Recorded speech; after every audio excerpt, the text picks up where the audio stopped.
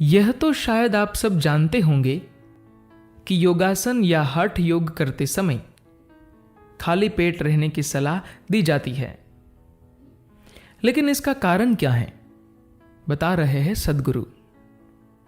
सद्गुरु कहते हैं, योगासन के लिए सिर्फ खाली पेट रहना ही जरूरी नहीं है, पेट साफ भी होना चाहिए।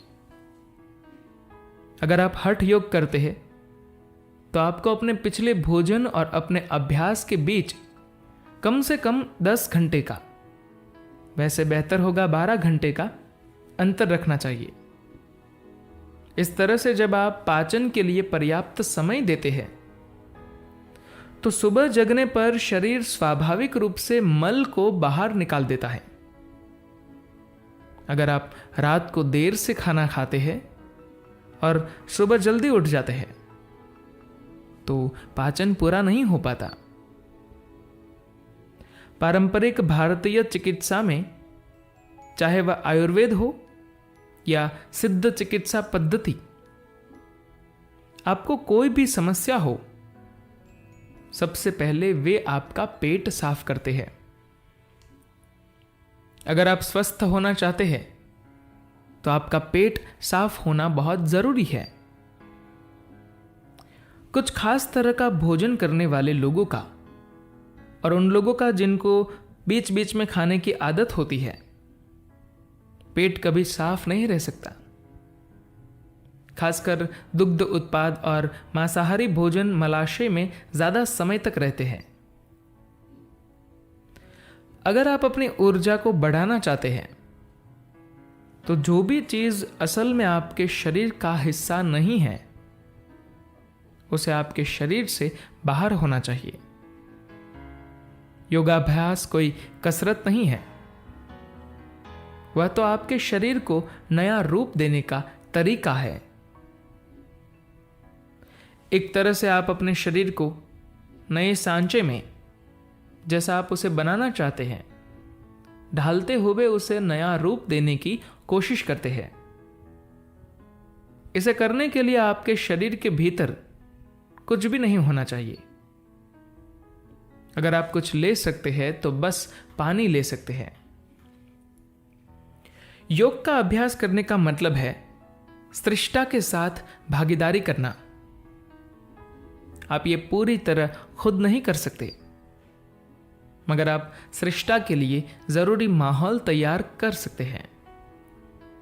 आप सृष्टि के स्रोत को अपना सहर्ष भागीदार बनाना चाहते हैं।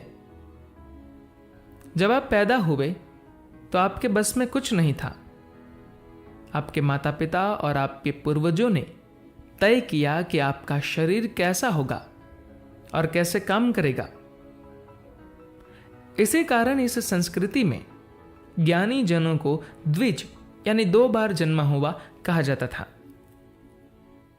पहली बार जब अपनी मां के गर्भ से आप जन्मे थे, उस समय आपका कोई बस नहीं था, मगर अब आप धीरे धीरे खुद को फिर से खोज रहे हैं, फिर से खुद की रचना कर रहे हैं, वैसा जैसा आप खुद को बनाना चाहते हैं। अगर आपने अपनी नाक की प्लास्टिक सर्जरी करवा ली या अपने शरीर के किसी अंग में कुछ इम्प्लांट करा लिया तो आपकी जिंदगी नहीं बदलेगी। जीवन का आपका अनुभव तभी बदलेगा जब ऊर्जा के स्तर पर आपके शरीर के काम करने के तरीके, उसके सोचने, महसूस करने, आसपास की दुनिया के प्रति प्रतिक्रिया करने के तरीके को बदला जाएगा। अगर आपने अपने नाक का आकार प्रकार बदल लिया या कोई और सौंदर्य उपचार कराया तो लोगों की नजर में बदलाव आ सकता है। वह देखने वाले के अनुभव को बदल सकता है, आपके अनुभव को नहीं। आपके शरीर का सृष्टि के स्रोत के साथ कितना तालमेल है, सिर्फ उसी पर आपके अनुभव में बदलाव निर्भर करता है। अगर आप गंभीरता से सृष्टि की ओर देखें तो आपको हर चीज में असाधारण बुद्धि दिखाई देगी। आप एक मामूली पत्ते को भी ध्यान से देखें तो आपको पता चलेगा कि इसे बनाने में किस तरह की प्रतिभा लगी है और उसके कितने कार्य हैं।